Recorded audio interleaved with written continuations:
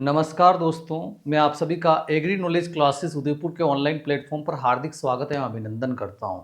आज बहुत ही महत्वपूर्ण टॉपिक अपन पढ़ने वाले हैं और वो टॉपिक है अपना कपास के नासी कीट, इंसेक्ट पेस्ट ऑफ कॉटन। कपास के अंदर कौन कौन से नासी कीट लगते हैं, कैसे उनको नुकसान वो पहुंचाते हैं, कैसे उसका प्रबंधन कर सकते हैं, सारी बात जो है जो एग्जाम पॉइंट ऑफ व्यू से अपने को पूछी जाती है वो इस क्लास के अंदर अपन डिस्कस करेंगे। तो कपास के नासी कीटों को देखते हैं तो सबसे पहला आता है बोलवर्म कॉम्प्लेक्स। तो यहां पे देखिए बोलवर्म, इस शब्द को आप समझिए। बोलवर्म यह दो शब्दों से मिलकर बना है, बोल प्लस वर्म। तो बोल तो किसको बोलते हैं अपन, बोल किसको बोलते हैं, तो बोल बोलते हैं कॉटन के फ्रूट को बोला जाता है, कपास के फल को। कपास का जो फल होता है फ्रूट टाइप है, वैसे फल प्रकार तो कैप्सूल कहलाता है, लेकिन उसकी जो बोल होती है वो उसका फल कहलाता है। तो वर्म, वर्म यानी कि एक प्रकार का कीट है जो उसको बोल को खाकर नुकसान पहुंचाता है।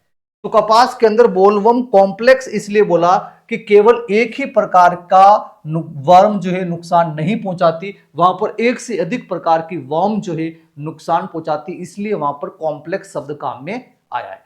तो कपास के अंदर कौन कौन से बोलवर्म जो है नुकसान पहुंचाते हैं, तो उसमें सबसे पहला आपका आता है that is the American bollworm. कौन सा आता है, अमेरिकन बोलवर्म। दूसरा आता है आपका धब्बेदार बोलवर्म। कौन सा आता है, धब्बेदार बोलवर्म। और तीसरा आता है आपका गुलाबी सुंडी। कौन सा आता है, गुलाबी सुंडी या पिंक बोलवर्म। और चौथा आता है लाल बोलवर्म, रेड बोलवर्म के नाम से जानते हैं। तो इसमें से शुरू के तीन के नाम आपने सुने होंगे, American bollworm, spotted bollworm, pink bollworm and then आपका रेड बोलवर्म। ये चारों के चारों जो बोलवर्म है ये लेपिडोप्टेरा गण से संबंध रखते हैं। इनकी सबकी विशेषता, एक कॉमन जो विशेषता है, वैसे साइंटिफिक नाम सभी का अलग अलग है, लेकिन इन चारों का जो गण है या इंसेक्ट ऑर्डर है वह आपका क्या है, लेपिडोप्टेरा है। ये आपको यहाँ पे ध्यान होना चाहिए। पहला पॉइंट तो इन चारों में कॉमन ये होता है। उसके बाद दूसरा पॉइंट, इन चारों के अंदर जो नुकसानदायक जो अवस्था होती, नुकसानदायक जो इनकी अवस्था मानी गई है, डैमेजिंग जो स्टेज होती है इनकी, वो इनकी कौन होती है, लार्वल स्टेज होती है, लार्वा होता है जिसे अपन कैटरपिलर के नाम से जानते हैं। ये भी आपको ध्यान होना चाहिए। और लेपिडोप्टेरा के अंदर आता है तो इनके अंदर जो है पूर्ण जीवन चक्र इनके अंदर पाया जाता है, यानी ये आपके होलो मेटाबोलस होते हैं। इनके जीवन में 4 अवस्थाएं होती है, उसमें से इनका अंडा, देन इनका लार्वा, देन इनका प्यूपा, देन इनका अडल्ट मौत। तो ये 4 अवस्थाएं इनके जीवन के अंदर पाई जाती है, और उसमें से इनकी जो लार्वा अवस्था होती है, कैटरपिलर अवस्था होती है, वो आपकी फसलों को नुकसान पहुंचाती है। तो ये जो है इनके अंदर, इन सभी के अंदर समानता के अंदर ये 3 बिंदु जो हैं मुख्य तौर पे आपको ध्यान रखने हैं कि लेपिडोप्टेरा गण से संबंध रखते हैं। अंडा, लार्वा, प्यूपा और वयस्क, इनकी 4 अवस्थाएं होती है, और इसमें से लार्वा या कैटरपिलर अवस्था जो होती है वो नुकसानदायक होती है। अब इनका नुकसान किस प्रकार से होता है उसको अपने को समझना है। तो सबसे पहले अपन इनके नुकसान को यहाँ पे समझते हैं। तो सबसे पहले अपन कह रहे हैं कि इसमें आपका अमेरिकन बोलवर्म की बात करेंगे, उसके बाद अपन यहाँ पे धब्बेदार की बात करेंगे, और उसके बाद अपन यहाँ पे जो बात करेंगे वह गुलाबी सुंडी की बात करेंगे, और इसके बाद अपन बात करेंगे यहाँ पर लाल बोलवर्म की बात करेंगे, रेड बोलवर्म की बात करेंगे। तो इनको अपन यहाँ पे समझते हैं। तो इन सभी के अंदर या इनके डैमेजिंग नुकसान के लक्षण किस प्रकार के होते हैं, कैसे नुकसान करते हैं। तो सबसे पहली बात तो नुकसान जो कर रहा है वो कौन करेगा, कैटरपिलर करेगा, सभी के अंदर लार्वा अवस्था करेगी।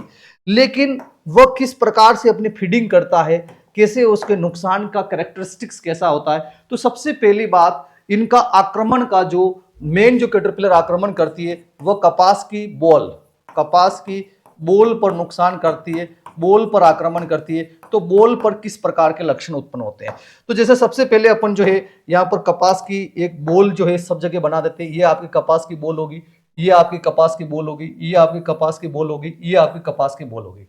अब इन पे इनकी कैटरपिलर, जैसे सपोज पहला अपन अमेरिकन बोलवर्म की बात कर रहे हैं, तो यहां पर अमेरिकन बोलवर्म की जो कैटरपिलर होगी वह क्या करेगी, इस बोल के ऊपर छेद करेगी, इस बोल के ऊपर छेद करेगी।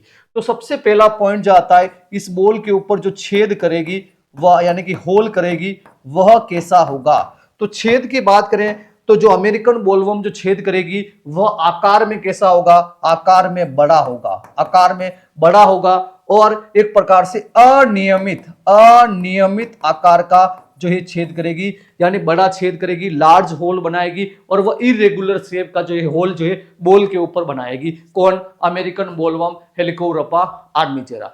उसके बाद धब्बेदार बोलवर्म की बात करें तो इसकी जो कैटरपिलर होती है वह भी बोल के ऊपर छेद करती है, लेकिन वह जो छेद करती है, छेद का जो आकार होता है, होल का जो आकार होता है वो छोटा होता है तथा जो छेद जो होता है वह गोल होता है। कैसा होता है, राउंड शेप का होल जो है बोल के ऊपर करेगी, गोल करेगी और छोटे आकार का होगा। जबकि अगर अपन गुलाबी सुंडी की बात करें तो यह जो छेद करेगी, यह जो बोल के ऊपर छेद करेगी वह बहुत ही छोटा, बहुत छोटा यानी वेरी स्मॉल होल्स जो है इसके द्वारा किया जाएगा और वो पिन के आकार का होगा, पिन के आकार का, जैसे पिन की जो नोक होती कि नहीं होती वैसे आकार का इसका छेद होगा। लेकिन बाद में इस छेद को यह बंद कर देगी, इस छेद को यह अंदर जाने के बाद, बोल में अंदर जाने के बाद इस छेद को पूर्णतया ऐसा बंद कर देती कि उसमें पता भी नहीं चलेगा कि वहां पे गुलाबी सुंडी उस बोल के अंदर एंटर कर चुकी है। और चौथा जो लाल बोलवर्म की बात करें तो इसमें भी क्या करेगा इसका कैटरपिलर, ये बड़ा आकार का छेद बनाएगा और छेद कैसा होगा, अनियमित होगा, इरेगुलर प्रकार का हो, जैसा अमेरिकन बोलवर्म कर रहा है। तो सबसे पहला पॉइंट अपन ने देखा कि अमेरिकन बोलवर्म यानी कि हेलिकोवरपा आर्मीजेरा, धब्बेदार बोलवर्म यानी ईआरिस स्पीसीज, गुलाबी यानी पिंक बोलवर्म पैक्टिनोफेरा, देन लाल बोलवर्म या red bollworm that is the rabila frontalis. इनकी कैटरपिलर किस प्रकार से कपास की बोल के ऊपर छेद करती है, तो सबसे पहले अमेरिकन बोलवर्म की जो कैटरपिलर होती है वह बोल के ऊपर बड़ा और अनियमित आकार का छेद करती है। उसके बाद धब्बेदार या स्पॉटेड बोलवर्म यह छोटा और गोल छेद जो है बोल के ऊपर करता है। गुलाबी सुंडी बहुत ही छोटा और पिन के आकार का छेद करेगा, लेकिन अंदर जाने के बाद उस छेद को बंद कर देगा, यानी वहां पे आप देख नहीं पाओगे वही उस बोल के ऊपर छेद इसने किया है। उसके बाद लाल बोलवर्म बड़ा और अनियमित आकार का यह छेद करती है। अब इसके बाद जो नेक्स्ट वन जो कैरेक्टरिस्टिक्स आता है वो क्या आता है, तो इनके केस में वो अपन देखते हैं। तो सबसे पहले आपका ये अमेरिकन बोलवर्म हो गया, देन आपका धब्बेदार स्पॉटेड हो गया, देन आपका पिंक बोलवर्म हो गया, देन आपका रेड बोलवर्म हो गया। तो सबसे पहले इन्होंने छेद तो कर दिया, भाई छेद कैसा होगा वो अपन ने देख लिया। उसके बाद इनका नुकसान कैसे होता है वो अपन यहाँ पे देखें। तो सबसे पहले आप यहाँ पे देखिए, सबसे पहले अपन यहाँ पे वापस बोल बना देते हैं। ये बोल होगी, ये कपास की बोल होगी, ये कपास की बोल होगी, ये कपास की बोल होगी। अब इसकी कैटरपिलर को अपन लेके आते हैं। तो सबसे पहले अपन यहाँ पे अमेरिकन बोलवर्म की बात करते हैं। तो इसने जो छेद किया है, जो बड़ा और अनियमित आकार का है, उसमें अपने शरीर का आगे का हिस्सा इस छेद के अंदर ले जाएगी, यानी बोल के अंदर ले जाएगी और आधा शरीर ऐसे बाहर रखेगी, इस प्रकार से खाने का काम करेगी। कौन, अमेरिकन बोलवर्म। तो अमेरिकन बोलवर्म में क्या होगा, आधा शरीर बोल के अंदर, आधा शरीर बोल के अंदर एवं आधा बाहर लटका हुआ रहता है। It means half body inside the boll and half hanging outside the boll. इस प्रकार के सिम्टम अमेरिकन बोलवर्म या हेलिकोवरपा आर्मीजेरा में आपको देखने को मिलेंगे। उसके बाद बात करते हैं धब्बेदार बोलवर्म की, स्पॉटेड बोलवर्म की बात करें तो इसमें अपन ने कहा है कि यह जो छेद करेगा बिल्कुल ही राउंड गोल छेद करेगा। जैसे सपोज करो यहां पे इसने राउंड होल बनाया, ये गोल छेद बना दिया। अब यहां पे इसकी कैटरपिलर यहां अंदर चली जाएगी, जो धब्बेदार होगी और अंदर चली गई। अंदर जाने के बाद ये होल आपको ऐसा का ऐसा दिखाई देगा, होल आपको ऐसा का ऐसा दिखाई देगा। इसके साथ साथ इस होल के चारों ओर जो छेद इसने किया है, इस छेद के चारों ओर आपको इसका मलमूत्र इकट्ठा हुआ दिखाई देगा इसकी फीडिंग की वजह से।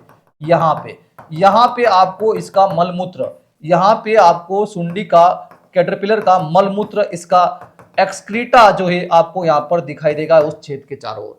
यानी अंदर जाके भी खाएगी, बाहर रह के भी खा सकती है, लेकिन वो छेद जो करेगी वो गोल छेद करेगी, छोटा छेद करेगी और उसके छेद के चारों तरफ आपको मलमूत्र इकट्ठा हुआ दिखाई देगा, यानी वह आपका धब्बेदार बोलवर्म का नुकसान हो रहा है।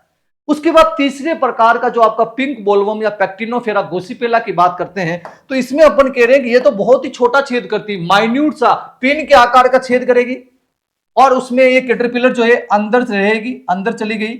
उसके बाद उस छेद को इस प्रकार से बंद कर देगी कि आप जज भी नहीं कर पाओगे उसके ऊपर छेद हुआ है, वापस इस छेद को अच्छे से बंद कर देती है अंदर जाने के बाद। ये अंदर गई है लेकिन छेद को बंद नहीं किया इसने, खुले ही है, बाहर भी रह सकती है, अंदर भी आ सकती है, आने जाने का काम जारी रहेगा इसका। लेकिन इस केस में कैटरपिलर अंदर प्रवेश कर गई बॉल के अंदर, उसके बाद वो बाहर नहीं आएगी, है ना, जब तक वो एक प्रकार अपनी लाइफ साइकिल वहीं पे एक प्रकार से जो है वह उसी के अंदर जो है वापस अपने कोशित अवस्था, और फिर धीरे धीरे जो है जैसे आप बॉल से आप वो पूर्ण करते हो, उसकी जो लार्वा अवस्था पूर्ण हो जाती है, और उसके बाद जैसे आप बॉल को अलग करते हो, बॉल को मतलब उसके टुकड़े करते हो, रुई निकालते, उस समय जो है इसकी प्यूपा या जो अंतिम अवस्था की लार्वा बाहर निकलती है, उससे पहले वो अंदर ही रहता है। तो ये लार्वा जो है कैटरपिलर जो है इस बॉल के अंदर चला गया। अब अंदर क्या करेगा बॉल के अंदर? अब बॉल के अंदर क्या होता है? अंदर होता है उसके बीज। क्या होते हैं? कपास के बीज। तो यह कपास के बीजों को, कपास के बीजों के टुकड़े करने का काम यह करता है। बॉल के अंदर चला गया, सबसे पहला लक्षण तो यह ध्यान रखना, बॉल के अंदर चला गया, छेद को पूर्णतया बंद कर दिया जो नहीं दिखाई दे रहा है। अब बॉल के अंदर जाने के बाद बीज के टुकड़े करने लग गया, तो बीज के टुकड़े करने लग गया तो उसकी वजह से एक सिम्टम उत्पन्न होता है जिसे अपन कहते हैं डबल सीड फॉर्मेशन, यानी एक बीज के दो बीज बन जाते हैं, यानी दो टुकड़े कर देता है, तो वो बीज किसी काम का नहीं है, खराब हो गया वो बीज, तो डबल सीड प्रोडक्शन का काम करेगा।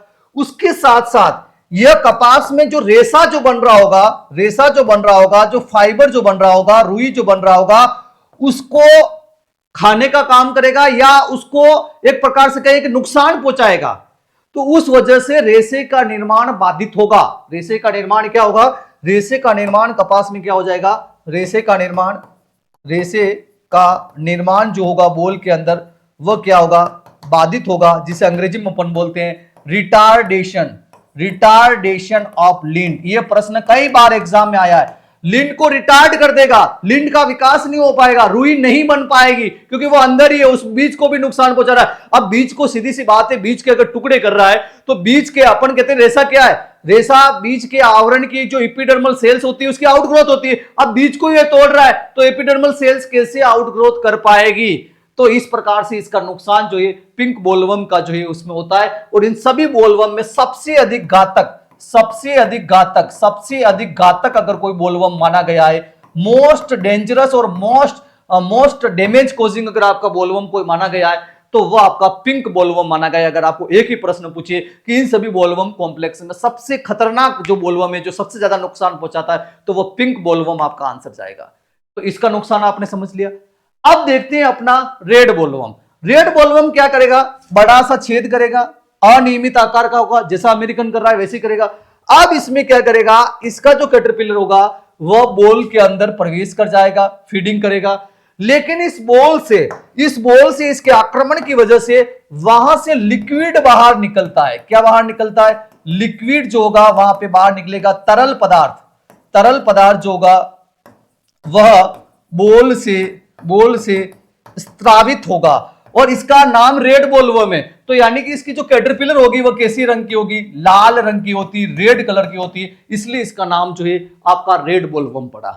तो यहां तक आपको समझ में आ गया होगा कि इन चारों बोलवर्म के क्या क्या सिम्टम्स है, किस प्रकार से नुकसान ये कर रहे हैं। तो सबसे पहला अमेरिकन बोलवर्म, बड़ा और अनियमित आकार का बॉल के ऊपर छेद करता है। धब्बेदार बोलवर्म, स्पॉटेड बोलवर्म, छोटा और गोल आकार का छेद करता है। गुलाबी सुंडी, बहुत छोटा पिन के आकार का, और छेद को बाद में बंद कर देती है। और लाल बोलवर्म जो बड़ा और अनियमित आकार का छेद करता है। इसमें फिर आगे छेद करने के बाद आधा शरीर अंदर आधा बाहर अमेरिकन बोलवर्म नुकसान पहुंचाता है। उसके बाद आपका धब्बेदार बोलवर्म अंदर बाहर जाता रहेगा, छेद खुला रहेगा, छेद के चारों तरफ इसका अपशिष्ट पदार्थ दिखाई देगा। उसके बाद पिंक बोलवर्म क्या करता है? यह अंदर जाने के बाद, बॉल के अंदर जाने के बाद छेद को पूर्णतया बंद कर देता है, अंदर छिपा हुआ रहता है उस बॉल के अंदर, और उसके बाद उसके बीच के टुकड़े वह करता है, डबल सीड फॉर्मेशन करता है, और वहां पर रेशे का निर्माण नहीं होने देता है, रिटार्डेशन ऑफ लिंट करता है, और सबसे घातक कीट या बोलवर्म माना गया है। उसके बाद लाल बोलवर्म क्या करता है? उस छेद से, उसके नुकसान की वजह से उस छेद से तरल पदार्थ बाहर निकलने लगता है। ये इसके सिम्टम्स होते हैं। तो ये तो सारे इन चारों बोलवर्म के हो गए कि वो बॉल को किस प्रकार से नुकसान पहुंचा रहे। अब क्या ये चारों बोलवर्म केवल बॉल को ही नुकसान पहुंचाते हैं क्या? नहीं, इसमें से ये जो बोलवर्म है, इसमें से दो बोलवर्म के बारे में उनके कुछ अन्य लक्षण भी आपको देखने को मिलते हैं। उनके पुष्प क्रम को या फूल को नुकसान पहुंचाते हैं। क्या करते हैं? पुष्प क्रम को यानी कि फूल को नुकसान पहुंचाते हैं। और उसमें जो सबसे पहला आता है आपका, वह आता है धब्बेदार बोलवर्म। कौन सा आता है? धब्बेदार बोलवर्म अर्थात स्पॉटेड बोलवर्म।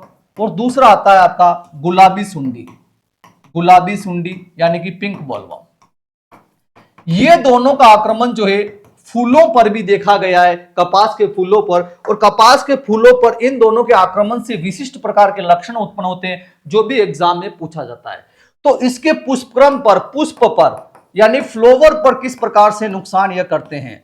तो फ्लोवर की बात करें तो सबसे पहले जो बात करें धब्बेदार बोलवर्म की, अगर धब्बेदार बोलवर्म उसके पुष्पक्रम पर अगर फीडिंग करेगा तो उसकी वजह से पुष्पक्रम पर फ्लेयर स्क्वायर सिम्टम दिखाई देंगे, यानी कि परिपक्वता से पहले ही पुष्पक्रम क्या होगा, फैल जाएगा, स्प्रेड हो जाएगा। कौन हो जाएगा, spreading of square pre maturely, मतलब परिपक्वता से पहले पुष्पक्रम जो होता है वह फैल जाता है, वह एक प्रकार से यूं प्रकार से कहे वो अलग छिन्न भिन्न हो जाता है, उसी को फ्लेयर स्क्वायर कहते हैं। तो फ्लेयर स्क्वायर सिम्टम जो उत्पन्न होते हैं वह बेसिकली धब्बेदार बोलवर्म के आक्रमण की वजह से होते हैं। जबकि अगर अपन बात करें यहां पर गुलाबी सुंडी की बात करें तो इसकी वजह से पुष्पक्रम का आक्रमण की वजह से रोजेटी फ्लोवर आपको दिखाई देगा, रोजेटी पुष्पक्रम लक्षण आपको पुष्प वहां पे आपको दिखाई देगा। रोजेटी का अर्थ है फूल नहीं खुलेगा, फ्लोवर ओपन नहीं होता है इस लक्षण की वजह से, और फूल जो होता है या पुष्पक्रम जो होता है आपस में बंधा हुआ सा होता है, एक गुच्छे नुमा संरचना में होता है, फूल नहीं खुलेगा और एक गुच्छे के रूप में आपको दिखाई देगा, एक बंच के रूप में आपको दिखाई देगा, उसी को रोजेटी लक्षण कहते हैं। तो ये दोनों लक्षण भी काफी इंपॉर्टेंट है जो एग्जाम में पूछे जा सकते हैं कि जो आपके गुलाबी सुंडी और जो धब्बेदार बोलवर्म है तो फ्लेयर स्क्वायर किससे उत्पन्न होता है, तो धब्बेदार से होता है। रोजेटी पुष्प किस वजह से होते हैं, तो ये आपके गुलाबी सुंडी से होते हैं। तो यहां तक अपन ने संपूर्ण तरीके से समझ लिया कि कपास में बोलवर्म कॉम्प्लेक्स जो है किस प्रकार से कपास के बोल और उसके पुष्पक्रम को नुकसान पहुंचा रहा है। अब वन बाय वन इनके वैज्ञानिक नाम और अन्य पॉइंट की अपन यहां पे बात करें तो सबसे पहले बात करेंगे अपन यहां पर अमेरिकन बोलवर्म की बात करते हैं। किसकी बात करते हैं, अमेरिकन बोलवर्म की बात करते हैं। तो अमेरिकन बोलवर्म का वैज्ञानिक नाम जो होता है वो होता है हेलिकोवरप्पा आर्मीजेरा। और वैसे बेसिकली हेलिकोवरप्पा आर्मीजेरा अपन पहले भी बहुत सारी फसलों में पढ़े हैं। तो हेलिकोवरप्पा आर्मीजेरा अलग अलग फसलों में इसका अलग अलग नाम है जो भी अपने को ध्यान होना चाहिए। हेलिकोवरप्पा आर्मीजेरा, तो इसका अलग अलग फसलों में अलग अलग प्रकार से नुकसान ये करता है और सिम्टम वही रहते हैं, फल वाले भाग को नुकसान करता है, आधा शरीर अंदर रखता है आधा बाहर रखता है, लेकिन उसका नाम अलग अलग है। कीड़ा या इंसेक्ट या एक ही है आपका। जैसे सपोज करो कि यह कपास के अंदर नुकसान कर रहा है, तो इसे अपन क्या बोल रहे हैं, अमेरिकन बोलवर्म बोल रहे हैं। क्या बोल रहे हैं, अमेरिकन बोलवर्म बोल रहे हैं। तो अमेरिकन बोलवर्म का वैज्ञानिक नाम हेलिकोवरप्पा आर्मीजेरा। इसी प्रकार से यही कीट जो है अगर आपके चना की फसल में चिकपी के अंदर नुकसान कर रहा है, चिकपी या ग्राम के अंदर नुकसान कर रहा है, तो इसे अपन चना फलीवेदक बोल रहे हैं। क्या बोल रहे हैं, चना फलीवेदक बोल रहे हैं, ग्राम पोड बोरर के नाम से जान रहे हैं। ठीक यही कीड़ा जो है ये आपके अगर अपन कहें मक्का के अंदर नुकसान कर रहा है, कोर्न के अंदर नुकसान कर रहा है, तो इसे अपन जो है कोबवर्म के नाम से जानते हैं। ये आपको ध्यान होना चाहिए। इसी प्रकार से अगर यही जो कीट है ये आपका नुकसान सूरजमुखी के अंदर पहुंचा रहा है, किसके अंदर पहुंचा रहा है, सूरजमुखी के अंदर पहुंचा रहा है, यानी सनफ्लावर के अंदर इसका नुकसान होता है, तो इस कीट को अपन बोलते हैं वहां पर हेड बोरर। क्या बोलते हैं, हेड बोरर के नाम से जानते हैं। और अगर यही कीट जो है आपका टमाटर के अंदर अगर नुकसान पहुंचा रहा है, कहां पर नुकसान पहुंचा रहा है, टमाटर के अंदर नुकसान पहुंचा रहा है, टोमेटो के अंदर, तो इसे अब जो है अपन टोमेटो फ्रूट बोरर के नाम से जानते हैं, टोमेटो फ्रूट बोरर के नाम से जानते हैं। तो हेलिकोवरप्पा आर्मीजेरा को ही जो अलग अलग फसलों में नुकसान पहुंचाने के आधार पर उसका सामान्य नाम जो होता है वो अलग अलग यहाँ पे होता है, लेकिन कीट वही होता है। तो यही कीट जो होता है कपास के अंदर भी नुकसान पहुंचाता है, या जिसमें भी नुकसान पहुंचाता है तो वहां पर जो फल वाला भाग होता है उसमें आधा शरीर उस फल के अंदर और आधा बाहर, और इस प्रकार से नुकसान पहुंचाने का काम यह करता है। यह कौन से गण से संबंध रखता है, तो इसकी बात अपन ने पहले कर दी कि यह जो है आपके लेपिडोप्टेरा गण से संबंध रखता है। इसका कुल क्या है, नॉक्ट्यूडी, यानी कि यह नॉक्ट्यूनल इनहेबिट्स होता है, रात्रिचर होता है। यहां पे देख सकते हो ये इसकी वयस्क सलब होती है। कौन होती है, ये इसकी वयस्क सलब होती है। और इसकी जो वयस्क सलब जो नर और मादा है वह आपस में मैथुन क्रिया करने के बाद मादा अंडे देती है। अंडों से उसका क्या निकलता है, लार्वा। ये इसका लार्वा या कैटरपिलर है, ये इसका क्या है, लार्वा या कैटरपिलर है। और यही लार्वा या कैटरपिलर क्या करता है, नुकसान पहुंचाने का काम करता है। और बाद में यही लार्वा और कैटरपिलर कोशित अवस्था में परिवर्तित हो जाता है और वह कोशित वापस वयस्क में परिवर्तित हो जाता है। तो जीवन में 4 अवस्थाएं इसकी पाई जाती है।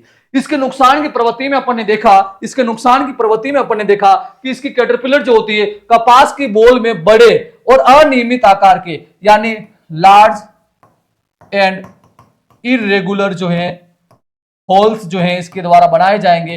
कहां पर, कपास की बोल के ऊपर। ये अपने देख चुके हैं। उसके बाद कैटरपिलर का आधा शरीर, जैसे ये बोल है तो आधा अंदर रहेगा आधा बाहर रहेगा। ये सिम्टम्स भी जो है अपन इसके बारे में देख चुके हैं कि कैसे अमेरिकन बोलवर्म जो है कपास की बोल को नुकसान पहुंचा रहा है।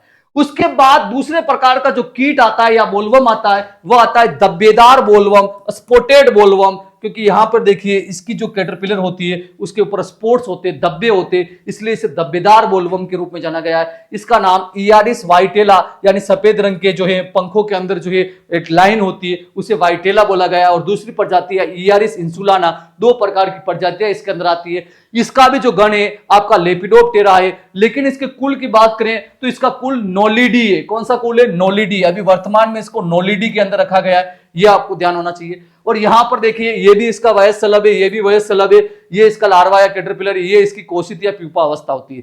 अब इसके नुकसान की भी अपन बात करें तो इसके नुकसान के लक्षण क्या होते हैं, तो कैटरपिलर छोटे, स्मॉल एंड राउंड जो होते हैं, ये क्या करती है, होल बनाती है। कहां पर, बोल के ऊपर। ये बात अपन देख चुके हैं। उसके बाद अपन ने देखा है कि इसमें फ्लेयर स्क्वायर सिम्टम उत्पन्न होते हैं। कब होते हैं, जब वो फ्लावर पर अटैक करती है, यानी जो उसका पुष्प जो होता है वो स्प्रेड हो जाता है, फैल जाता है इस केस में। और संक्रमित बोल के छेद के चारों ओर इसका अपशिष्ट यानी इसका एक्सक्रीटा आपको वहां पर दिखाई देगा, मलमूत्र आपको वहां पर दिखाई देगा इस कीट के आक्रमण की वजह से उस बोल के उस छेद के चारों ओर। उसके बाद नेक्स्ट वन जो बोलवर्म आता है इसमें वह आता है आपका गुलाबी बोलवर्म, पिंक बोलवर्म। और पिंक बोलवर्म की बात करें तो इसका साइंटिफिकली पैक्टिनोफेरा गोसिपेला के नाम से इसे जानते हैं। और यह भी जो है आपके लेपिडोप्टेरा से संबंध रखता है। कुल इसका गेलेचिडी किससे संबंध यह रखता है। और यहां पर देखिए ये इसकी वयस्क शलभ है, ये इसकी क्या है, वयस्क शलभ है। और वयस्क शलभ जो अडल्ट मौत होती है इसमें मेल और फीमेल आपस में मैटिंग करती है। मैटिंग के बाद फीमेल एग्स देती है और एग से उसका लार्वा या कैटरपिलर निकलता है। क्या निकलता है, लार्वा या कैटरपिलर निकलता है, जो फसलों को मुख्य तौर पे नुकसान पहुंचाता है। और ये पिंक रंग का होता है, गुलाबी रंग का होता है, इसीलिए इसे गुलाबी सुंडी के रूप में जाना गया है। और सबसे अधिक घातक अगर जो माना गया है वह आपका पिंक बोलवर्म ही माना गया है। मोर डेंजरस जो होता है सभी बोलवर्म में आपका यही होता है। और जब ये इसकी कैटरपिलर अवस्था पूर्ण हो जाती है तो ये कोशित में परिवर्तित होता है और फिर वह वापस कोशित जो है वयस्क में परिवर्तित होता है। और जीवन में 4 अवस्थाएं इसके पाई जाती है, जो आपको ध्यान होना चाहिए। इसके नुकसान की प्रकृति अपन ने पहले भी देख चुके हैं और यहां पर भी देखें तो सबसे खतरनाक और सर्वाधिक नुकसान या सर्वाधिक हानिकारक कीट जो है वह आपका इन चारों बोलवर्म में आपका गुलाबी सुंडी ही माना गया है। रोजेटी लक्षण इसके पुष्प क्रम पर दिखाई देते हैं। पुष्प जो होता है गुच्छे के रूप में हो जाता है, पुष्प खुलता भी नहीं है, ओपन भी नहीं होता है, उसी को रोजेटी लक्षण कहते हैं। कैटरपिलर जो होता है पिन के आकार के, पिन साइज जो है होल्स की फॉर्मेशन करेगा। कहां पर करेगा, बोल के ऊपर करेगा।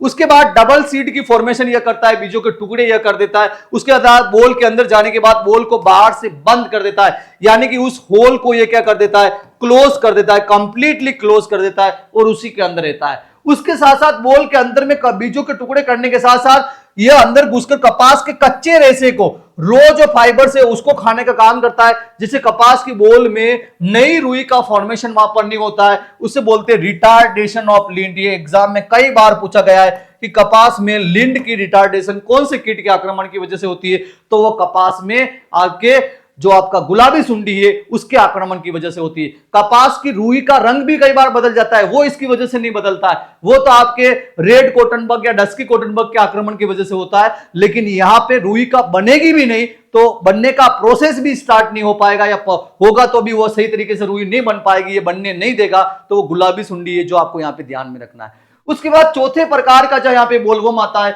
वह आता है आपका लाल बोलवर्म, दैट इज द राबिला फ्रंटलिस, जो लेपिडोप्टेरा गण से संबंध रखता है। इसका कुल जो है नॉक्ट्यूडी के अंदर आता है, यह भी रात्रिचर होता है और इसमें कैटरपिलर अनियमित आकार के छेद बनाती है। कैसे बनाती है, अनियमित आकार के छेद बनाती है और इससे संक्रमित या जो ग्रसित जो बोल होती है, इस कैटरपिलर से ग्रसित जो बोल होती है उससे तरल तरल पदार्थ जो होता है वह बाहर निकलता है, यानी लिक्विड जो होता है वह वहां से एक्सक्रीट होता है उस इंफेक्टेड बोल से। ये इसका एक मुख्य लक्षण है जो अपने को ध्यान होना चाहिए। अब कपास के अंदर इतने सारे बोलवर्म जो आपको देखने को मिल रहे, कैटरपिलर अनियमित आकार के छेद बनाती है, लाल रंग की होती है इसलिए इसे रेड बोलवर्म बोला है, और तरल पदार्थ वहां से उस बोल से निकलेगा। ये इसके सिम्टम थे लाल बोलवर्म के।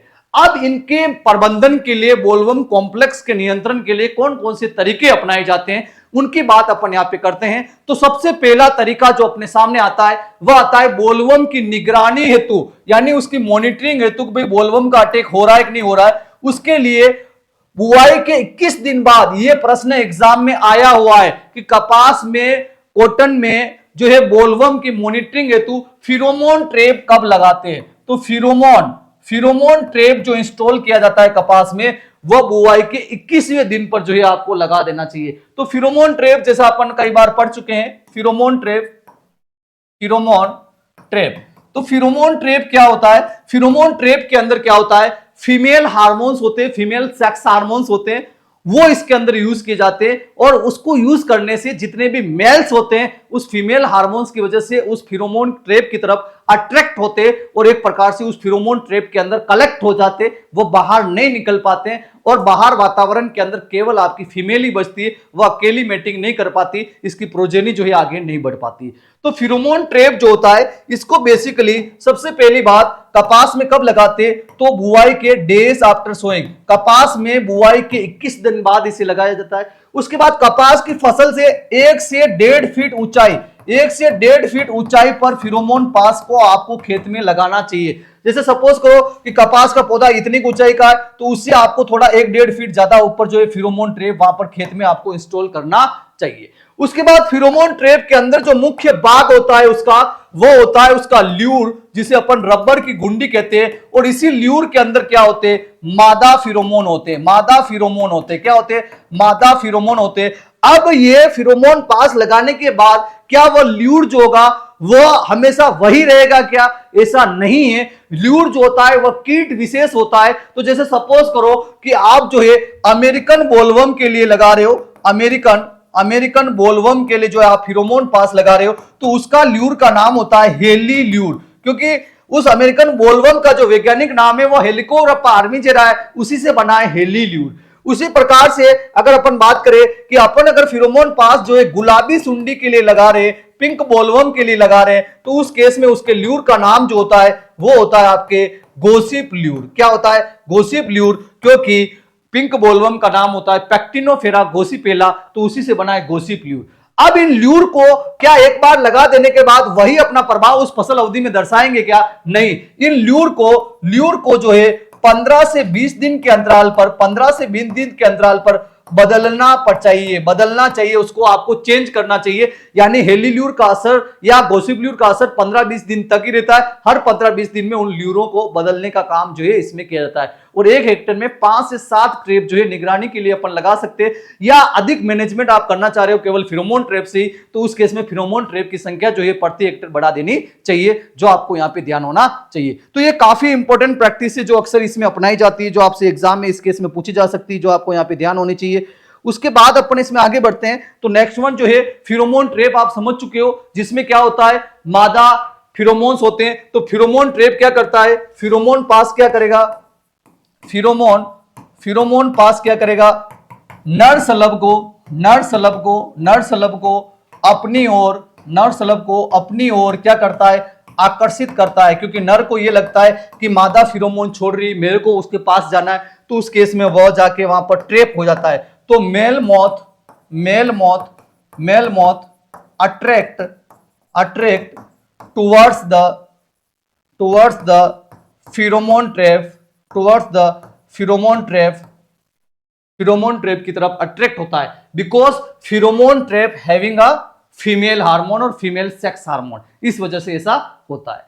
उसके बाद अपन यहाँ पे बात करें नेक्स्ट वन जो मैनेजमेंट प्रैक्टिस अपन अपना सकते हैं, वो क्या है, अमेरिकन बोलवर्म हेतु भिंडी या गेंदा, इट मींस द ओकरा और यू कैन से मैरीगोल्ड को अपन काम में ले सकते हैं एज अ ट्रैप क्रॉप के रूप में। और ट्रैप क्रॉप के बारे में अपन ने पहले भी पढ़ा है कि अगर अपन कपास के खेत के चारों ओर या कपास के खेत में 1-2 कतारें अपन भिंडी या गेंदा के लगा देंगे, तो वहां पर अमेरिकन बोलवर्म हेलिकोरपा आर्मीजेरा जो है आपकी कपास की फसल को नुकसान नहीं पहुंचा के वो भिंडी और गेंदा को नुकसान पहुंचाएगा, आपकी कपास की फसल उसके आक्रमण से बच सकती है। तो इसी को जो है अपन यहाँ पे कपास, यहाँ पे भिंडी और गेंदा को अपन जो है फंदा फसल के रूप में जानते हैं। कौन सी फसल बोलेंगे? फंदा फसल या ट्रैप क्रॉप के रूप में जानते हैं। इसका भी प्रयोग अपन यहाँ पे कर सकते हैं।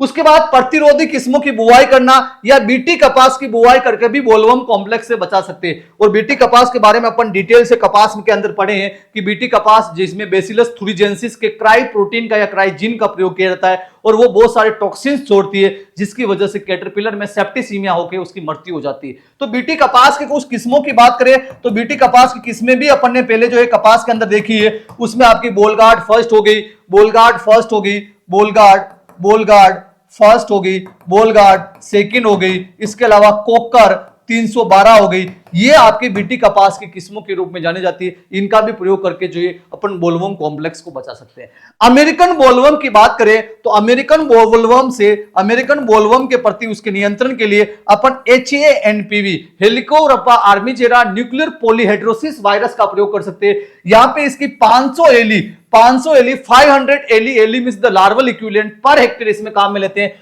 और ये अपन कपास की बात करें, जब कपास की बात कर रहे हैं तो HANPV की मात्रा 500 एली लेते, लेकिन यही हेलिकोरपा आर्मीजेरा जब चने की फसल में लगता है तो वहां पर इसकी 250 एली मात्रा पर हेक्टेयर काम में ली जाती है। ये भी अपने को यहां पे ध्यान में होना चाहिए। तो सबसे पहले मॉनिटरिंग हेतु फेरोमोन ट्रैप बुआई के 21 दिन बाद भिंडी या गेंदा को ट्रैप क्रॉप के रूप में या बीटी कपास या प्रतिरोधी यानी रेजिस्टेंस वैरायटी को आप यूज कर सकते हो। इसके अलावा आप HANPV का प्रयोग जो है आप अमेरिकन बोलवर्म के नियंत्रण के लिए यहां पे कपास के अंदर कर सकते हो। उसके बाद अपन इसमें आगे बढ़ते हैं तो नेक्स्ट वन जो बिंदु अपने सामने आता है इनके नियंत्रण के लिए, उसकी बात करें तो वो आता है आपका अंडा परजीव्याभ्य एग पैरासिटोइड का प्रयोग अपन यहां पे कर सकते हैं। एग पैरासिटोइड का प्रयोग जो है कपास के अंदर कर सकते हैं और वो है आपका ट्राइकोग्रामा स्पीसीज। किसका उपयोग कर सकते हैं?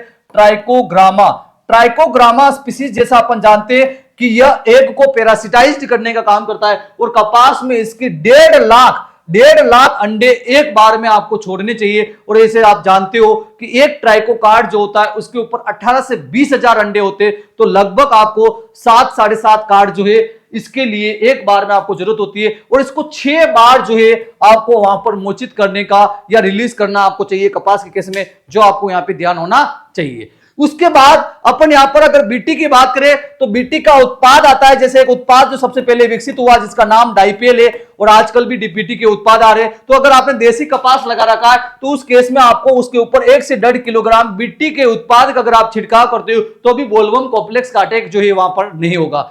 रासायनिक कीटनाशियों के रूप में यहां पर आप स्पाइनोसेड का यानी कि स्पाइनोसेड 48 एससी का 150 ml या साइपरमेथ्रिन 10 EC का 500 ml या नोवुलुरोन 10 EC का 375 ml या थायोडिकार्ब 75 WP की 625 ग्राम मात्रा या इंडोक्साकार्ब 15 EC की 500 ml मात्रा प्रति हेक्टेयर दर से 400 से 500 लीटर पानी में घोल बनाकर छिड़काव करके भी इसका नियंत्रण कर सकते हो। इसके साथ साथ और पॉइंट अगर अपन देखें तो इसमें आता है ग्रीष्मकालीन खेत की गहरी जुताई भी आपको करनी चाहिए। समर डीप प्लोइंग भी आपको यहां पे करनी चाहिए, क्योंकि जैसे अमेरिकन बोलवर्म की बात करें तो इसकी प्यूपा अवस्था आपको सोइल के अंदर पूर्ण होती है, तो उसको नष्ट करने के लिए ग्रीष्मकालीन आपको वहां पे करनी चाहिए। इसके अलावा आपको फसल चक्र अपनाने की भी सलाह दी जाती है, फसल चक्र अपनाने की भी सलाह देती है। क्रॉप रोटेशन भी आपको कपास के केस में अपनाना चाहिए ताकि सेम प्रकार के नासी कीट आपकी फसल के अंदर कपास के अंदर नहीं लग सके। ये आपको यहाँ पे मालूम होना चाहिए, जो काफी महत्वपूर्ण बिंदु बनते हैं जिनके बारे में अक्सर एग्जाम के अंदर पूछा जाता है। उसके बाद अपन इसमें आगे बढ़े तो नेक्स्ट वन जो बोलवर्म कॉम्प्लेक्स के बाद जो कीट आते कपास के अंदर, वो आते कपास के अंदर रस चूसक कीटों का भी एक बहुत बड़ा समूह है, सकिंग पेस्ट का भी बहुत बड़ा समूह है। तो रस चूसक कीट बोलवर्म कॉम्प्लेक्स तो बोल को नुकसान पहुंचा देते हैं, आर्थिक उत्पाद को नुकसान पहुंचा देते हैं। रस चूसक कीट है जो पौधे के सामान्य भागों को, कोमल भागों को नुकसान पहुंचाते हैं, उनसे रस चूसने का काम करते हैं। तो रस चूसक कीटों में सबसे पहला जो कीट आता है वह आता है एफिड। और एफिड के बारे में अपन कई बार पढ़े। वैसे इसमें जो एफिड लगता है वह लगता है एफिस गोसिपी यानी कि कपास के अंदर लगने वाला विशिष्ट एफिड है, लेकिन यह आपके दूसरी फसलों के अंदर भी देखने को मिल सकता है। और एफिड जो होता है यह हेमिप्टेरा गण के अंदर आता है। कुल इसकी एफिडिडी होती है। यहां पे इसका ये निम्फ आपको यहां पे बता रखा है। इस केस में एफिड के केस में क्या होता है, इसका जो निम्फ होता है, निम्फ एज वेल एज इसका जो अडल्ट होता है वह क्या करता है, प्लांट की जो पत्तियां होती है, पौधे की जो पत्तियां होती है, उससे उसके सेल शेप को सक करता है, सकिंग करने का काम यह करता है। और सकिंग करने के साथ साथ यह मधु स्त्राव करता है, जिसे अपन बोलते हैं हनीड्यू बोलते हैं। और उस मधु स्त्राव पर समय के साथ वहां पर क्या उग जाती है, शूटी मोल्ड उगाती है, एक प्रकार के फंगस उगाती है, और जो काले भूरे रंग की होती है, और उसके ऊपर उसके उग जाने की वजह से पौधे में प्रकाश संश्लेषण की क्रिया बाधित होती है, और कीट ग्रसित जो पत्तियां होती है उसमें कर्लिंग और क्रिंकलिंग भी आपको वहां पर एफिड के केस में देखने को मिल सकती है। यह भी आपको यहाँ पे ध्यान होना चाहिए। तो ये आपका एक मुख्य जो है रस चूसक कीट के रूप में कपास के अंदर जानते हैं, और अन्य फसलों के अंदर भी ये नुकसान पहुंचाता है। दूसरा जो यहां पर जो आता है रस चूसक कीट, वह आता है आपका पर्णजीवी या थ्रिप्स टेबेसाई के नाम से जाना जाता है। यह थाइसेनोप्टेरा गण के अंदर आता है। कुल इसका 3PD होता है, और यह भी रस चूसक है। तो इसमें भी इसका नींप और वयस्क, यानी कि यहां पर भी जो है इसका नींप और अडल्ट दोनों ही जो है नुकसान पहुंचाते हैं। यह अपने को यहां पे पता होना चाहिए, जो अक्सर एग्जाम में पूछा जाता है। तो यहां पर जो आपका थ्रिप्स है, यह भी क्या करता है, रस चूस के जो है नुकसान पहुंचाने का काम जो है करता है। इसके साथ साथ पत्तियों की निचली सतह पर सिल्वरी कलर जो होता है वो इसी की वजह से आता है। तो it means the lower surface of leaves, lower surface of the leaves, lower surface जो होती है पत्तियों की, वह कैसी हो जाती है, सिल्वरी हो जाती है। तो ये भी कई बार पूछ लेते हैं, पत्तियों की लोअर सरफेस सिल्वरी किसके अटैक की वजह से होती है, तो वो थ्रिप्स के आक्रमण की वजह से होती है, जो आपको यहाँ पे ध्यान में रखना है। उसके बाद नेक्स्ट वन जो इसमें रस चूसक कीट आता है, वो आता है सफेद मक्खी, बेमेशिया टेबेसाई, जो अन्य फसलों के अंदर भी नुकसान पहुंचाता है। हेमिप्टेरा के अंदर आता है। यह एलाइरोडिडी कुल से संबंध रखता है। इसमें भी क्या होता है, इसका जो निम्फ और वयस्क अवस्था होती है, निम्फ और वयस्क, निम्फ एंड अडल्ट, ये दोनों ही क्या करते हैं, इसमें भी रस चूसने का काम करते हैं। सकिंग पेस्ट के रूप में जाने जाते हैं, जो आपको ध्यान होना चाहिए। और ये लीफ कर्ल, जो कपास के अंदर एक रोग होता है लीफ कर्ल, जो वायरस से होने वाली डिजीज है, इसके वेक्टर के रूप में जाना गया है व्हाइट फ्लाई, जो आपको ध्यान होना चाहिए। तो यह रस तो चूसते ही चूसते, इसके अलावा एक वायरल डिजीज जो लीफ कर्ल है, उसको ट्रांसमिट करने का काम भी जो है व्हाइट फ्लाई के द्वारा किया जाता है। उसके बाद नेक्स्ट वन जो रस चूसक कीट जो है कपास के अंदर नुकसान पहुंचाता है, वह आता है लीफ होपर। और लीफ होपर को अपन और क्या कहते हैं कपास में, यहाँ पे जेसिड के नाम से और जानते हैं, जेसिड और बोलते हैं इसको। और इसका वैज्ञानिक नाम एम रस का बाइगुटुला होता है।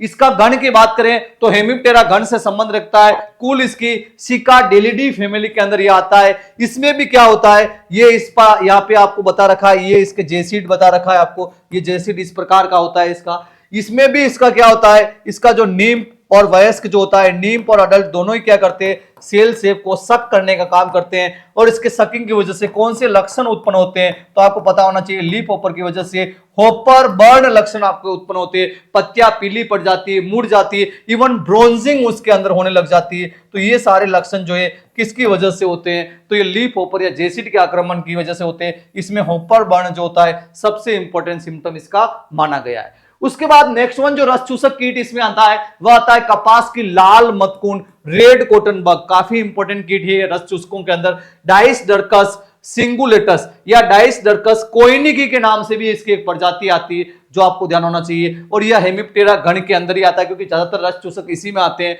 और यह पायरहोकोरिडी फैमिली से संबंध रखता है। इसमें भी क्या है, निम्फ व वयस्क क्या करते हैं, पत्तियों से रस चूसते हैं। निम्फ एंड अडल्ट, निम्फ और अडल्ट इसका पत्तियों से रस चूसने का काम करते हैं। इसके साथ साथ यह रेड कॉटन बग होती है, एक जीवाणु के साथ मिलकर कपास के रेशे के रंग को बदल देती है, यानी कि बदरंग कर देती है, यानी कि स्टेनिंग करने का काम करता है। तो अगर आपको एग्जाम में पूछ ले कि कौन सा कीट है जो कपास में रेशे का निर्माण नहीं होने देता है, तो वह गुलाबी सुंडी है। लेकिन कौन सा कीट है जो कपास के रेशे को बदरंग कर देता है, उसका रंग परिवर्तित कर देता है, तो उस केस में आपका कॉटन का रेड कॉटन बग जाएगी, जो क्या करेगी, उसके कपास के रेशे को बदरंग करने का काम करेगी, उसका रंग बदल देगी। कौन सा जीवाणु इसके साथ, कौन सा बैक्टीरिया इसके साथ एसोसिएटेड होता है, तो वो होता है आपका निमेटोस्पोरा गोसिपेला।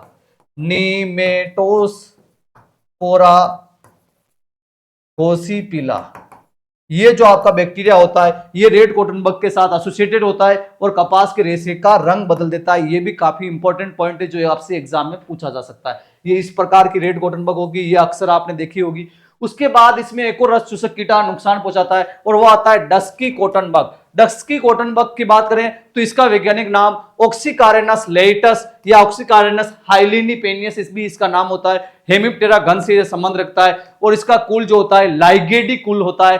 और यह इसमें भी क्या होता है, नीम फॉर अडल्ट क्या करता है, नीम फॉर अडल्ट क्या करता है, सक करता है, यानी सेल शेप को सक करने का काम करता है। ये भी एक रस चूसक कीट के रूप में जाना गया है। एक प्रकार की गंधीली मतकुन यह होती है, जो आपको ध्यान होना चाहिए। और कई कई केसेस में इसके अधिक आक्रमण की वजह से भी क्या होता है कि कपास का रेशा जो होता है, रुई जो होती है, वह मटमेली होने लगती है, लेकिन सबसे ज्यादा वह रेड कॉटन बग की वजह से होती है, जो आपको यहाँ पे जानकारी होनी चाहिए। अब इन सभी रस चूसकों कीड़ों के नियंत्रण के लिए इनका प्रबंधन किस प्रकार से कर सकते हैं, तो सबसे पहला पॉइंट आपको ध्यान में रखना है कि यहां पर अपन जो है पीला एवं नीला चिपचिपा पास का प्रयोग करें। येलो और ब्लू स्टिकी ट्रैप्स का बात जो है आप यूज अगर करते हो तो आप रस चूसक कीड़ों का नियंत्रण कर सकते हो। जैसे अगर येलो स्टिकी ट्रैप आप काम में लेते हो तो उस केस में आपकी व्हाइट फ्लाई और आपका एफिड्स जो है उसकी ओर अट्रैक्ट होगा, वह नियंत्रित हो सकता है। और ब्लू स्टिकी ट्रैप से आपका थ्रिप्स का कंट्रोल वहां पे हो सकता है। उसके बाद आपको क्या करना है, प्रतिरोधी किस्मों की बुवाई करनी। प्रतिरोधी किस्में अगर उपलब्ध है तो उनकी आपको बुवाई करनी, रेजिस्टेंट वैरायटी को आपकी वहां पे बुवाई करनी, जो आपको ध्यान होना चाहिए। उसके बाद नेक्स्ट वन जो है बीजोपचार करके आप जो है फसलों की बुवाई करें, सीड ट्रीटमेंट आप करें। और सीड ट्रीटमेंट के लिए आप इमिडाक्लोरपिड हो गया, थाइमिथोक्सोम हो गया, डाइमिथोट हो गया, इनसे बीजोपचार करके जो है आपको बुवाई करनी चाहिए।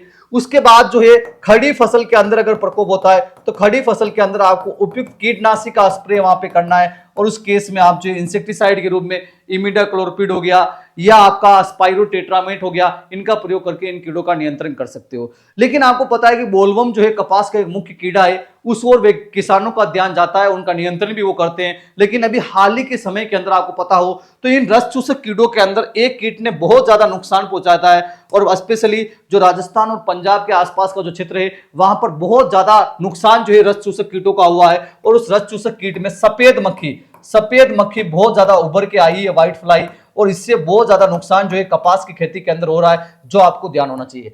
और इनके प्रबंधन के लिए कपास में इतने सारे कीट लगते हैं, उनके प्रबंधन के लिए विशेष तौर पर यह ध्यान में रखना है कि जो एक समूह का कीटनाशी अगर आपने एक बार काम में ले लिया तो सेम वही समूह का कीटनाशी आप बार बार जो है उस खेत में काम में नहीं ले, वरना क्या होगा, उन कीटों में प्रतिरोधकता विकसित हो जाएगी और वह कीट जो होगा उस पर्टिकुलर कीटनाशी से नष्ट नहीं हो पाता है। तो ये विशेष तौर पर आपको कपास के केस में ध्यान रखना है। और यहां पर सारे कीट इंपॉर्टेंट है जो अक्सर एग्जाम में पूछे जाते हैं। अब कई बार जो है इनके बारे में इनका ईटीएल लेवल भी आपको एग्जाम में पूछा जा सकता है। यहाँ पे कुछ का ईटीएल मैं आपके सामने लेके आया हूं। तो जैसे सबसे पहले बात करते हैं जेसिड की बात करते हैं। किसकी बात करते हैं? जेसिड या लीफ ओपर की बात करते हैं। और यहाँ पे जेसिड सबसे ज्यादा इंपॉर्टेंट है। अगर एटीएल अभी तक किसी का ज्यादातर पूछा गया है तो वो जेसिड का ही पूछा गया है। और जेसिड का होता है 2 अडल्ट और नीम पर लीफ और appearance of the second grade injury yellowing in the margin of the leaves, यानी कि दो जेसिड अगर आपको ये प्रति पत्ती पर अगर आपको दिखाई देते हैं तो वह उसका ईटीएल माना गया। ये अक्सर एग्जाम में पूछा जाता है। उसके बाद थ्रिप्स की बात करें तो थ्रिप्स का जो ईटीएल माना गया है वह 10 वयस्क प्रति पत्ती, 10 एक पत्ती पर अगर 10 अगर आपका थ्रिप्स है तो वह उसका ईटीएल है। देन अपन बात करें एफिड की तो एफिड के केस में ईटीएल माना गया है 15% अफेक्टेड प्लांट, यानी 15% संक्रमित पौधे, 15% संक्रमित पौधे अगर एफिड के मिलते हैं, 15% संक्रमित पौधे मिलते हैं तो वह उसका ईटीएल माना गया है। उसके बाद बात करें व्हाइट फ्लाई सफेद मक्खी की बात करें तो सफेद मक्खी का ईटीएल माना गया है 6 से 8 वयस्क प्रति पत्ती जो है ये इसका ईटीएल है। उसके बाद मिलीबग की बात करें तो 5% संक्रमित पौधे जो है इसका ईटीएल है। बरूथी की बात करें तो 10 जो है बरूथियों की संख्या पर सेमी स्क्वायर तो वह उसका ईटीएल है। और इसमें सबसे ज्यादा महत्वपूर्ण जो पूछा जाता है वो जेसिड का एग्जाम के अंदर पूछा जाता है। उसके बाद आपको थ्रिप्स और व्हाइट फ्लाई का ध्यान में रखना है। और ये सारे ध्यान नहीं रहे तो जेसिड का तो आपको किसी भी हालत में ईटीएल ध्यान रखना ही रखना है, जो अक्सर एग्जाम में आता है। इसके बाद ईटीएल की बात कर रहे हैं तो बोलवर्म कॉम्प्लेक्स का भी ईटीएल आपको पता होना चाहिए। तो बोलवर्म कॉम्प्लेक्स का क्या ईटीएल होता है? बोलवर्म कॉम्प्लेक्स के ईटीएल की यहाँ पे बात करें तो सबसे पहले अपन बात करेंगे अमेरिकन बोलवर्म की। तो अमेरिकन बोलवर्म की यहाँ पे बात करते हैं तो अमेरिकन बोलवर्म और धब्बेदार बोलवर्म की यहाँ पे बात करें तो इनका ईटीएल होता है 5% डैमेज, 5% नुकसान अगर आपको दिखाई देता है फ्रूटिंग बॉडीज पर, यानी कहने का अर्थ है उसके बोल 5% बोल अगर संक्रमित होती है तो, या 1 लार्वी पर प्लांट, एक पौधे पर एक लार्वा इसका प्रति पौधा अगर आपको दिखाई देता है तो भी इसका ईटीएल माना जाता है। और टोटल 3 डैमेज्ड स्क्वायर पर plant taken from the 20 plant selected, यानी 20 में से अगर 3 पौधे अगर संक्रमित होते हैं तो भी इसका ईटीएल है। उसके बाद अमेरिकन और धब्बेदार की ये बात होगी, इस केस में 5% जो है अगर बोल संक्रमित होती है तो, और एक पौधे पे एक लार्वा मिलता है तो उसका ईटीएल माना गया है। उसी प्रकार से गुलाबी सुंडी की बात करें, पेक्टिनोफेरा गोसिपिला की बात करें तो इसमें 8 मौत पर ट्रेप, यानी इसके एक पास के अंदर अगर 8 मौत अगर इकट्ठी हो जाए तो वह उसका ईटीएल है, या 10% फूल अगर या बोल संक्रमित हो जाए तो वह गुलाबी सुंडी का क्या है, आपका ईटीएल लेवल होता है। इसी प्रकार से तंबाकू की लट की बात करें, ये वैसे आपके बोलबम में नहीं आता है, लेकिन ध्यान रखना इसका जो ईटीएल माना गया है 1 एग मास और स्क्लेरोटाइज लीफ पर 10 प्लांट, एक पौधे 10 पौधों पर अगर एक का झुंड वहां पे मिलता है, या एक प्रकार से कहें कि एक आपको पत्ती जो है, एक पौधे की पत्तियां आपको संक्रमित मिलती है तो वह उसका ईटीएल माना गया है। तो यहाँ पे तंबाकू की लट जो है वह आपके बोलबम के अंदर नहीं आती, बोलबम में आपके 3 ही आते हैं यहाँ पर जो आपके दिए हुए हैं,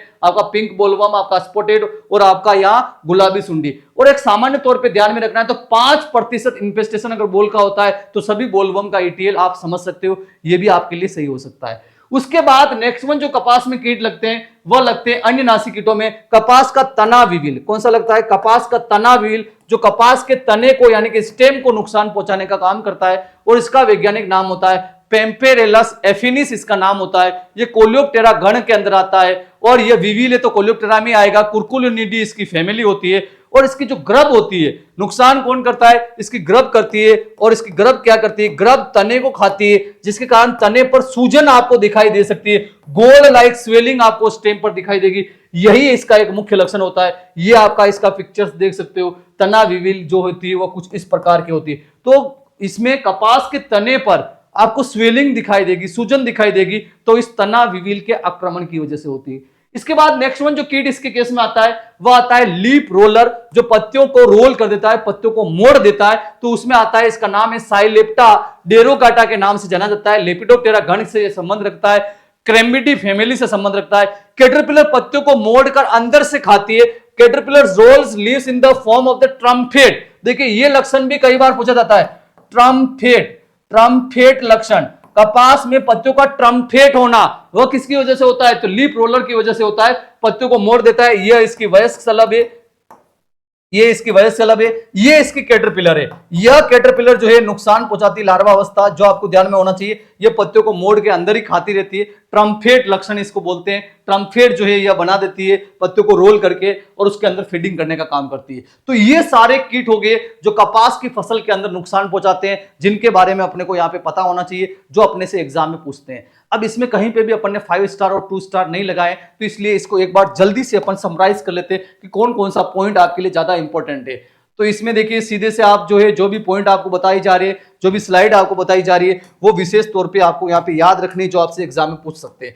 सबसे पहले कपास के बोलवर्म कॉम्प्लेक्स की बात की, तो बोलवर्म कॉम्प्लेक्स में आपको ध्यान में रखना है, ये जो बोलवर्म कॉम्प्लेक्स आते हैं इसमें से इनका नुकसान किस प्रकार से छेद बना रहे हैं, ये इतना आपको कोई नहीं पूछेगा, लेकिन ये जरूर पूछेगा इनका आक्रमण बोल के अंदर किस प्रकार से हो रहा है। तो ये स्लाइड आपके लिए संपूर्ण स्लाइड जो है 5 स्टार है, इस स्लाइड को तो आपको ध्यान रखना ही रखना है। उसके बाद कौन सा है जो फ्लेयर स्क्वायर उत्पन्न कर रहा है, कौन सा रोजेटी कर रहा है, इसके ऊपर भी जो है आप 5 स्टार लगा दीजिए। ये भी आपके एग्जाम पॉइंट ऑफ व्यू से काफी ज्यादा महत्वपूर्ण बिंदु है।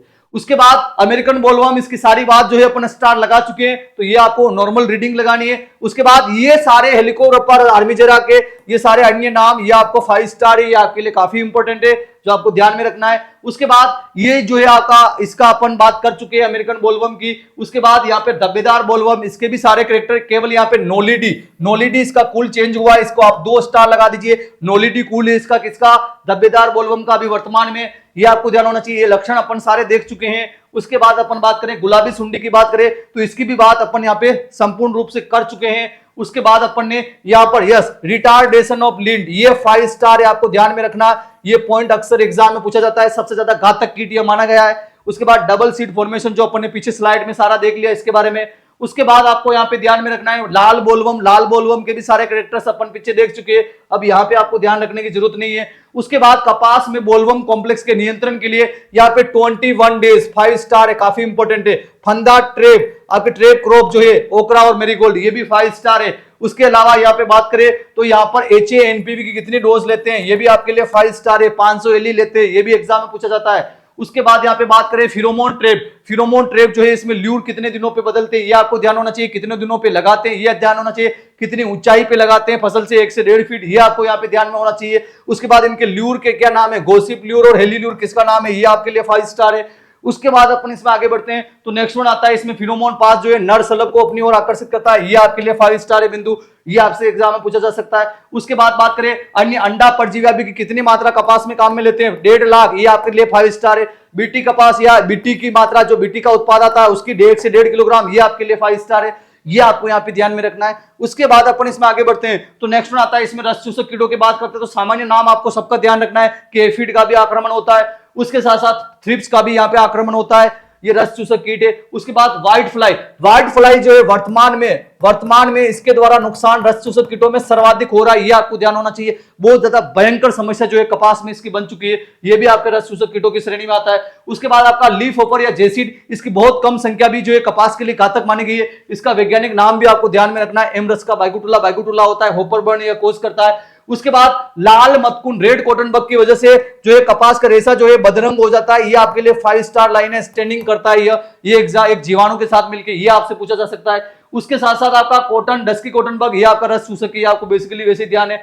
इसके बाद इन सभी के नियंत्रण के लिए पीला चिपचिपा पास और ये आपको जो है इंसेक्टिसाइड बदल कर काम में लेना चाहिए, ये बिंदु ध्यान में रखने हैं। और ईटीएल के अंदर आपको ध्यान में रखना है जेसिड का ईटीएल आपके लिए 5 स्टार लायक है, बाकी आपके याद नहीं रहेंगे तो भी चलेगा। उसके बाद बोलवर्म कॉम्प्लेक्स में अलग अलग ईटीएल दे रखे, लेकिन औसतन आप मान लेना कि 5% अगर बोल संक्रमित होती है तो वह बोलवर्म कॉम्प्लेक्स का ईटीएल माना जाता है। उसके बाद इसके अंदर आता है नेक्स्ट वन कपास की तना व्हील, और इसका मुख्य लक्षण क्या है, वहां पर स्वेलिंग आपको दिखाई देगी तने के पर, ये इसके 2 स्टार है इसके लक्षण पर। उसके बाद अपन लीप रोलर की बात करें तो ट्रम्पेट यानी कि रोल कर देती है उसको ट्रम्पेट बोलते हैं, तो ट्रम्पेट लक्षण इसके लिए इंपॉर्टेंट है, ये आपको ध्यान में रखना है, जो लीप रोलर के बारे में आपको पूछा जा सकता है। तो ये सारे कपास के कीट के बारे में बिंदु हो गए, आपको अच्छे से पढ़ना है, जो 5 और 2 स्टार लगाए वो आपको याद करने, और इसके संबंध में जो भी एग्जाम में क्वेश्चन आता है आपको सोल्व आउट करना है। मिलते हैं अगली क्लास में नए टॉपिक के साथ, तब तक जय हिंद जय Bharat, thank you very much.